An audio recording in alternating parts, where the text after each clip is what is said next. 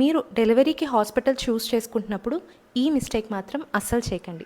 Hi, this is doctor Shirisha, consultant pediatrician from Vizag.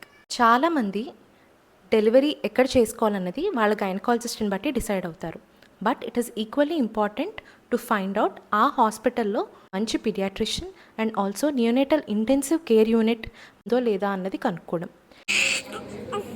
ఎందుకు అంటే ఒక బేబీ పుట్టిన తర్వాత ఆ బేబీ క్రై వచ్చిందా లేదా, బేబీ టోన్ బాగుందా లేదా, బేబీ బ్రీతింగ్ అది బాగుందా లేదా, ఏమైనా సెక్రీషన్స్ ఉన్నాయా ఎయిర్వేలో, లేదు అంటే బేబీకి ఏమైనా మేజర్ కంజెనిటల్ మాల్ఫార్మేషన్స్ ఉన్నాయా అన్నవి ఒక పీడియాట్రిషియన్ చెక్ చేసుకుంటారు.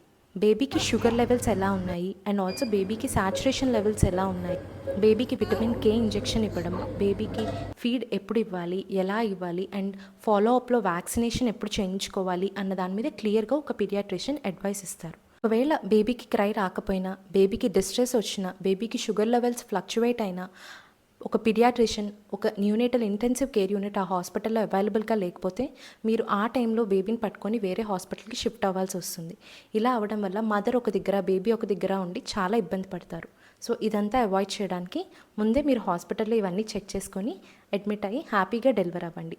I think this information is helpful. For more such interesting videos, follow the Child Doctor on Instagram.